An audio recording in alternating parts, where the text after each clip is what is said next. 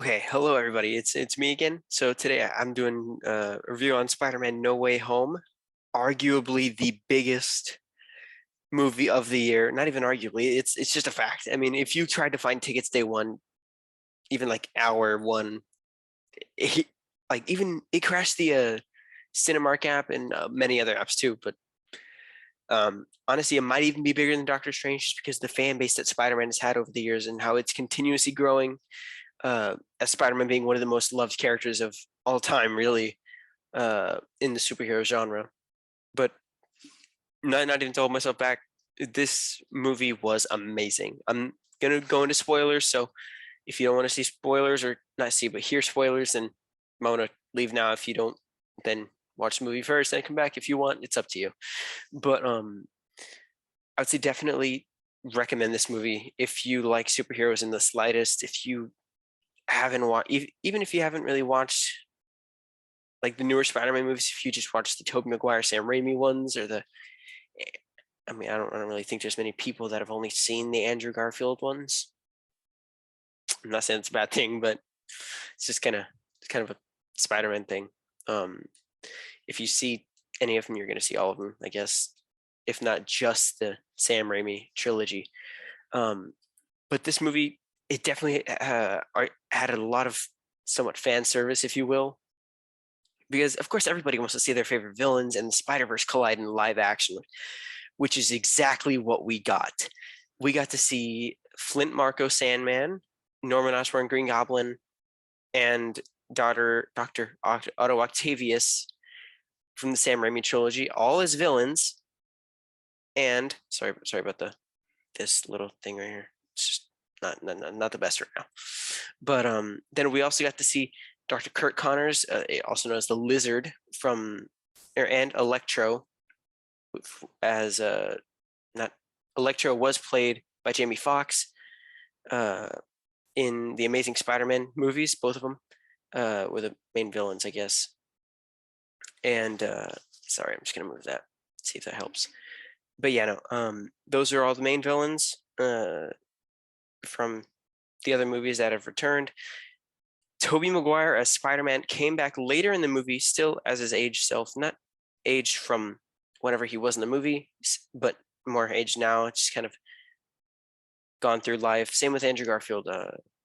Although they've fought many villains, as they said, but they didn't exactly go into who exactly, other than the ones that they fought in their movies. Like Tobey Maguire fought Venom, which Andrew Garfield hadn't, and so on. It was really interesting seeing the character development throughout this movie with each of the villains, starting off hating Spider-Man, just attacking him off the bat, except for one of them, which was Flint Marko Sandman, which for those who recall at the end of Spider-Man 3, he had his little piece with Peter Parker, as he didn't mean to kill his uncle. He wanted him to understand that it was an accident and so on. So they had their piece. So in the beginning, whenever you first meet Sandman, he's actually helping Tom Holland's Spider-Man go against Electro. And Peter starts to develop a cure for the villains because Doctor Strange wants to immediately send them back to where they came from. Because, well, as the trailers depicted, Spider-Man went to Doctor Strange for help because Mysterio leaked his identity and his life became terrible. He and his friends couldn't get into any colleges, and they really couldn't do anything without being followed. And because they knew Spider-Man, which he's a vigilante, they didn't get accepted into any colleges. They couldn't go anywhere. They couldn't do anything that they wanted with their life, and they were in a rut. Although they did dodge some legal affairs because he was a vigilante. So with a good lawyer, they were dropped of those charges. And one of the best things for fan service that everybody was asking, which I didn't really fully expect. I mean, I kind of thought about it, but didn't expect it. So for those of which who have seen the Daredevil Netflix series starring Charlie Cox as Matthew Murdock being Daredevil, he did make his appearance in the beginning of the movie, helping Peter Parker find out, how to deal with such things, which was already something huge. And not only that, but with the little tease of Wilson Fisk returning in Hawkeye's TV show as played by Vincent D'Onofrio from also the Netflix series. Tons of huge Daredevil things are coming about. I can't wait to know more. But diving right back into the movie, so Peter starts developing, cures for the villains that aren't exactly villains right now because they don't want to go home, because it's either they stick with Peter Parker and try and cure them and then go back to their worlds, or that Doctor Strange sends them back now.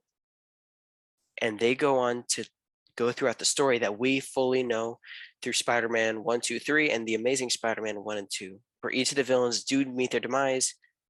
Well, I mean, except for Sandman, because he didn't really die. He just kind of made peace with Spider-Man.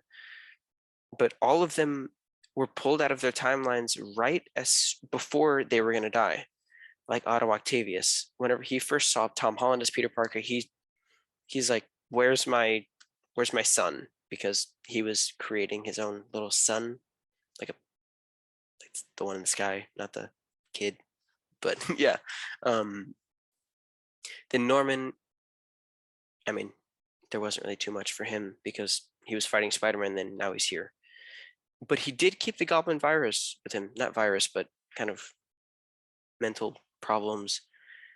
So it's still going on through his head, where he's the only one that can hear the Goblin's voice trying to influence him to do bad, and sometimes even taking over to where Norman doesn't even know what's happening.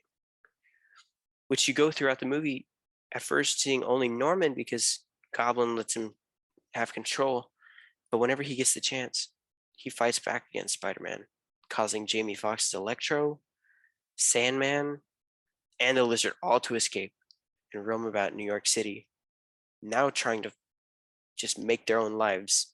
Not making their own lives, but they see all the potential and the power that they could use against each other. Not against each other, but against the humans, and they could rule, essentially. But Peter Parker did invent an inhibitor chip, which he noticed that Dr. Octopus, his on the back of his neck, as shown in Spider-Man 2, his did, get fried. So he, again, the arms were taking over himself instead of him having full control. And he would hear their voices as seen in Spider-Man 2 and even in the movies. He just goes, they're all gone. The voices, they're no more, and so on. But yeah, that's when Norman Osborn turns back into Goblin, which it's not visible at first because it still looks like Norman, but he causes the whole riot. Aunt May steals some goblin serum that they were working on to try and cure him of the goblin disease, I'm going to call it, where he hears the goblin's voice and the goblin can take over at any time. Which they did keep most of their really iconic outfits from their respected movies. You don't really see Flint Marco's actual face. You just see him as sand most of the time, except for the end a little bit whenever he gets turned back into a human because they were able to stick him with the cure. But going back into it again, where I left off, sorry, I know I'm jumping around a lot. After Goblin causes the riot, Aunt May tries running off. He hits her with his glider, which it doesn't show if she gets impaled by it. But then he also throws a bomb towards her. Peter's able to knock it away, so she took minimal damage.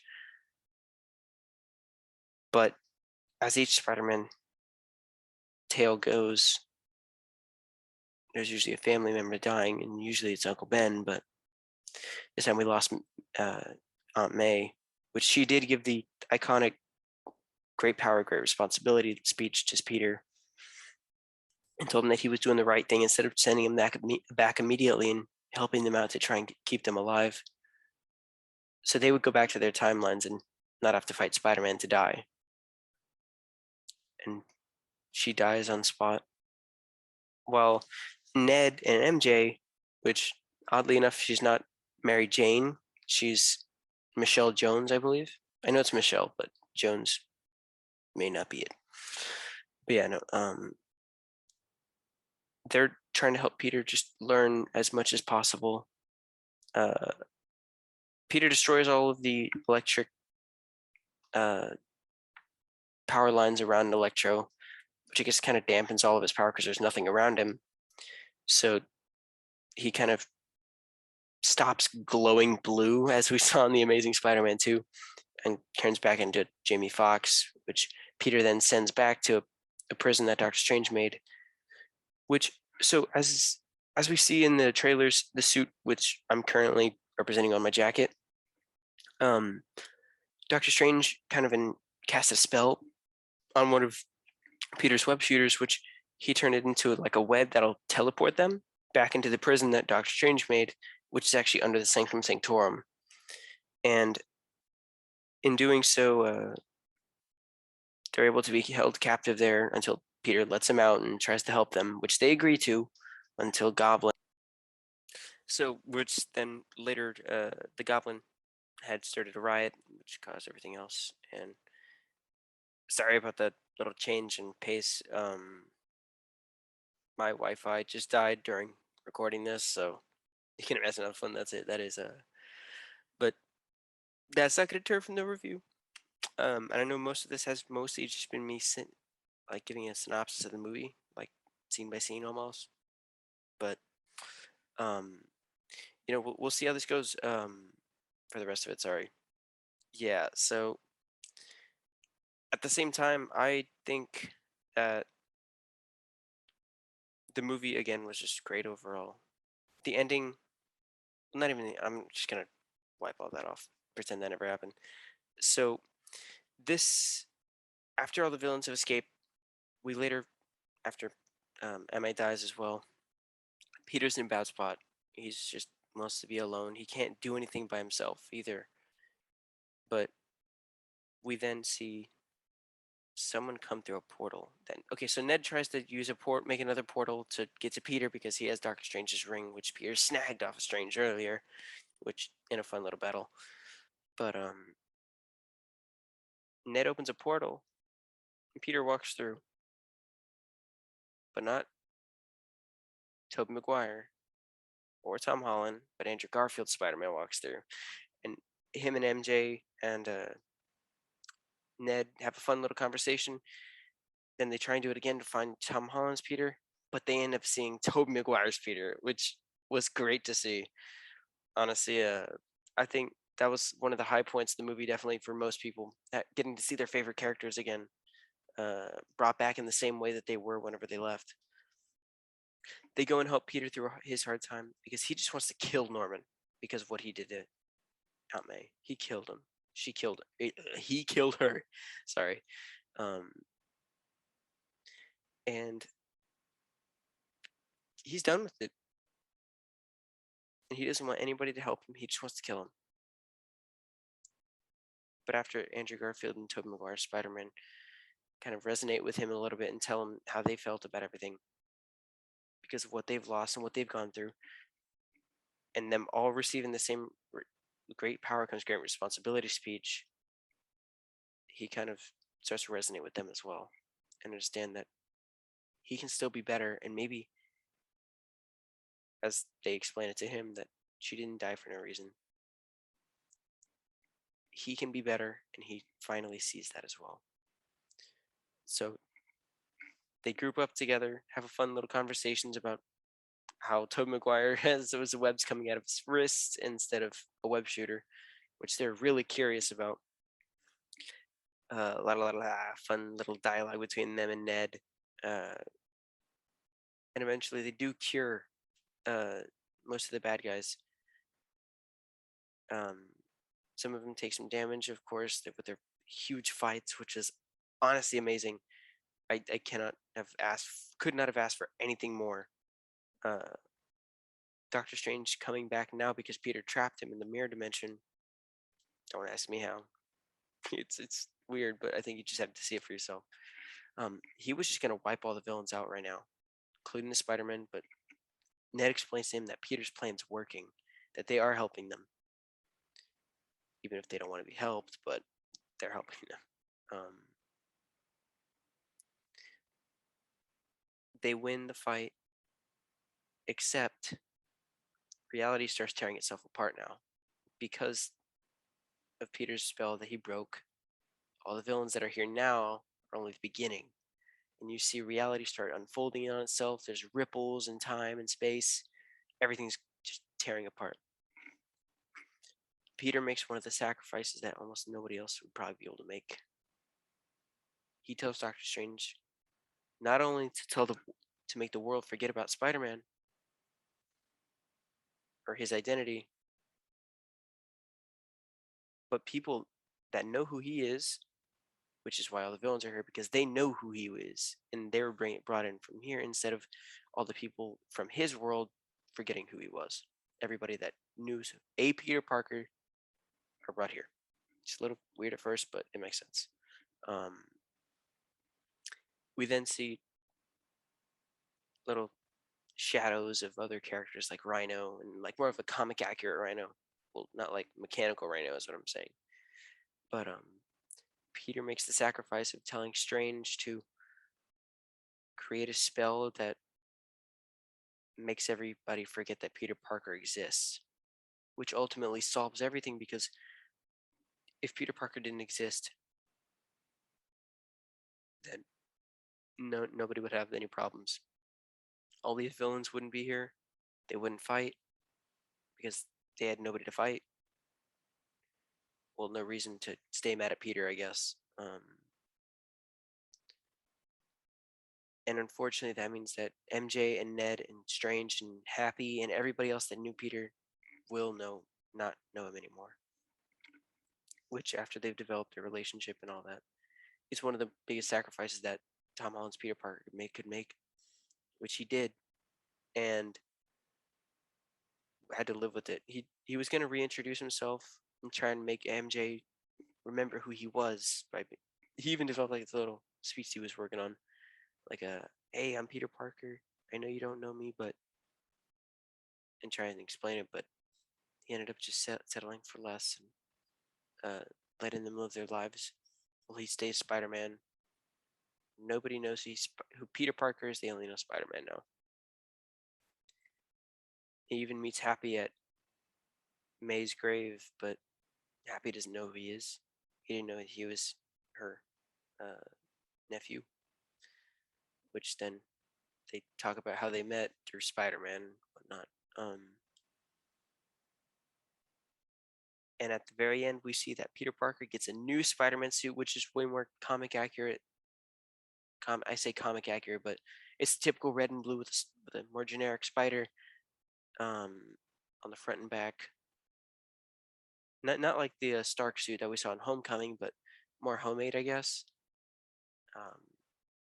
We see that suit right at the end as he's wearing it, going out and saving the day again, which is really the end of it.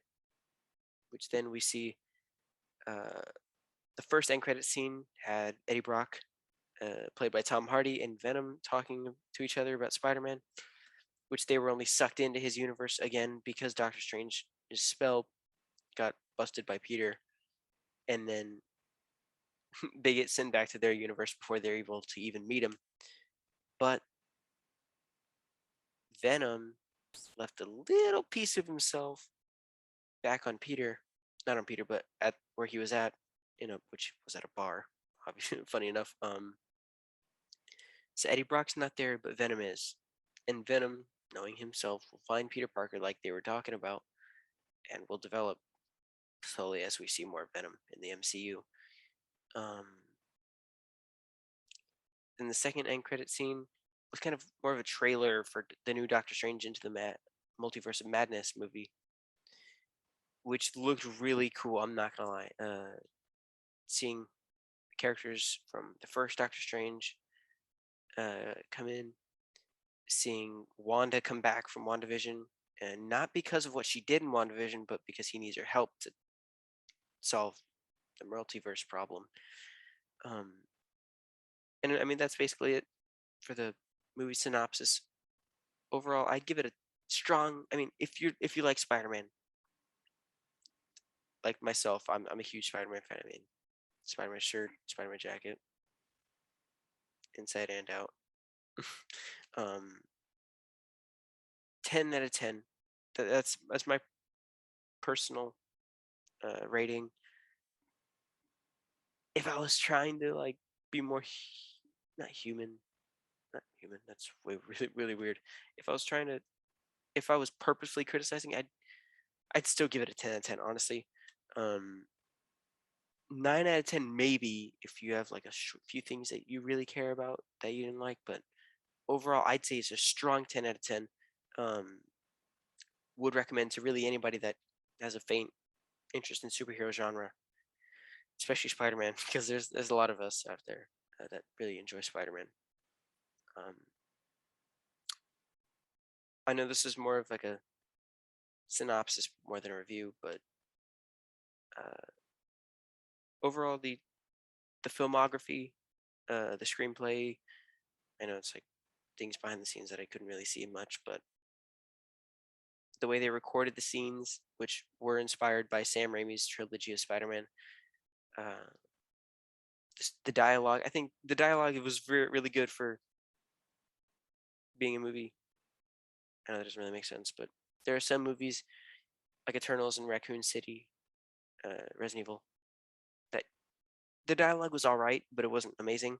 I think this was definitely heavily reliant on you knowing, not even you knowing the characters, because you could just go and watch it and be like, okay, cool. There's more villains in Spider-Man.